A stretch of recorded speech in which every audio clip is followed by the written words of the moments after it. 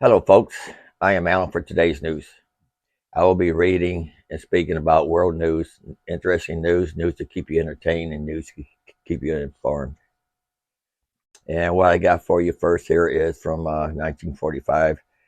Putin is angry. The might Russian military is dying in Ukraine. The war in Ukraine continues to take a large toll on the Russian army. In the past week alone, the Russian forces have lost close to 5,000 men in what has been the deadliest week of the war in Ukraine. On the 353rd day of the war,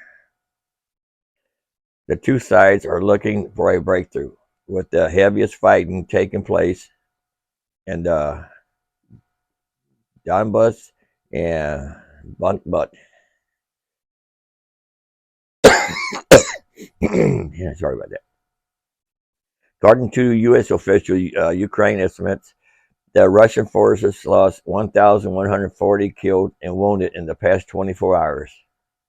To be sure, the Ukrainian estimates could be off, but the overall numbers of the Ukrainians are claiming are to a large degree by U.S. and Western intelligence. What do they do? Go on the battlefield and count the dead while they're still shooting? I don't understand that. Really don't. Make a comment. Tell me what you think. Okay, what we got right here is from Newsweek. Ukraine received 20,000 applications for a Stormtrooper fighting force. Ukraine has unveiled a new initiative to create a fighting force that can help in liberating occupied territories. Those who apply for the Offense Guard Assault Brigade among the country's National Guard will be called Stormtroopers. Had a movie called Stormtroopers.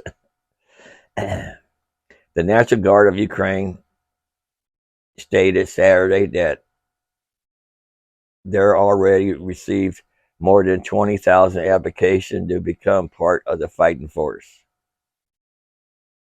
Ukrainian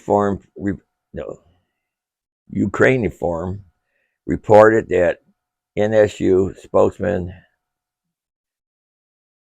Russian, I can't say that name, announced Saturday during the national telethon that interest in joining the Guard has grown by the thousands. In general, there are already more than 20,000 applications. We have three main sources of applications, he said. We received the largest number through www.storm.mvs.gov.ua, Australia, where the online survey works. More than 14,000 questionnaires were received through this channel. More than 7,500 of them are applications for joining the National Guard unit. The one person also work hotlines, of course. Work is carried out through the picking centers. The next step is to cipher through the application, determine which potential fighters will be best fit its assault brigades. Any candidate selected during the process must go through a medical examination, psychological testing, and a thorough review of documents. They'll leave me out because I can't speak their language anyway. Everything I read here, it'll be you can read the rest of it in my description box. The link will be down below. Here's one from Newsweek. Reason for Russia's jump is deadly losses outlined by UK intelligence. Russia increasingly casualty numbers in Ukraine are likely due to a range of factors related to Moscow war effort, according to the British Defense Ministry. Writing in its daily intelligence update, the government department said the uptick in Russian casualty reported in recent weeks is probably down to a lack of trained personnel, coordination, and resources across the front. That's because he's throwing everybody out there. I'm surprised he didn't throw all the females out there to fight too. He probably will. On Sunday, Ukraine's general staff reported that around 900 Russian soldiers has been killed since the last count, published the previous day. On Saturday, this figure was 1,140 for the previous 24 hours, the general staff said. This is the highest daily death toll for Russian reported in a single day by Ukrainian armed forces, overtaking the previous record of 1,030 troops on Tuesday.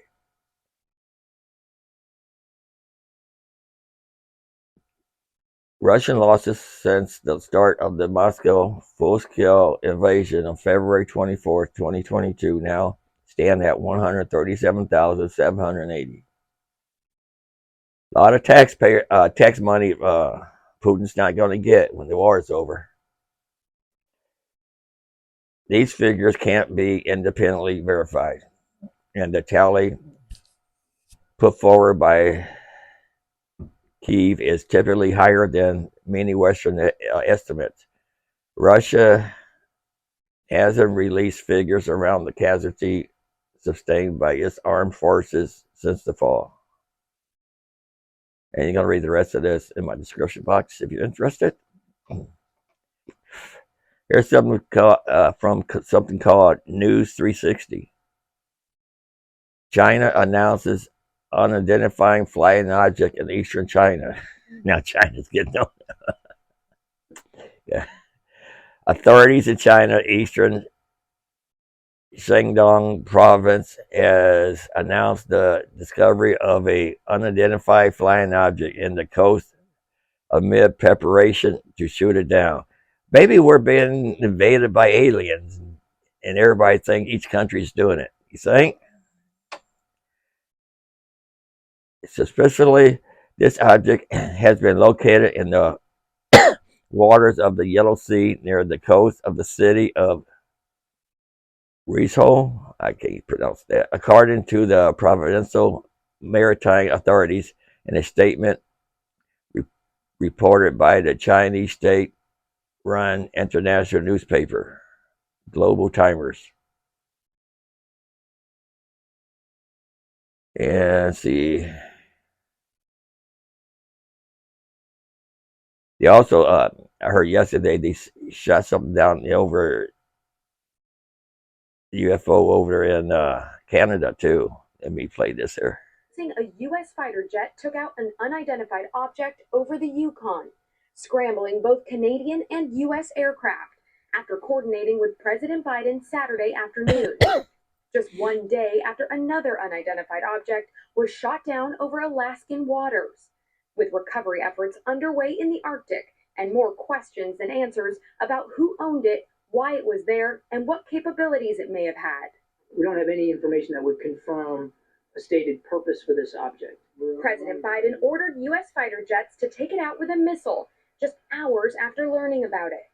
But already some key differences emerging with the Chinese balloon blasted out of the sky a week ago. First, in size. It was much, much smaller than the spy balloon that we took down last Saturday. Closer to a small car versus the Chinese spy balloon, which was 200 feet tall with a satellite on the bottom as large as a regional jet. The unmanned object Friday was also taken down much faster, about 24 hours after first being detected, compared to the 8-day journey the balloon took before being hit over the Atlantic. And then there's the elevation. The object was flying at an altitude of 40,000 feet and posed a reasonable threat to the safety of civilian flight. You can listen to the rest of this if you want. The link being in my description box. You know, maybe all these others are just copycats. You know, like, you know, when they have crime, they'll have copycat crimes. And because I thought about maybe just messing with people and just filling a balloon full of helium, a big balloon, and just let it go.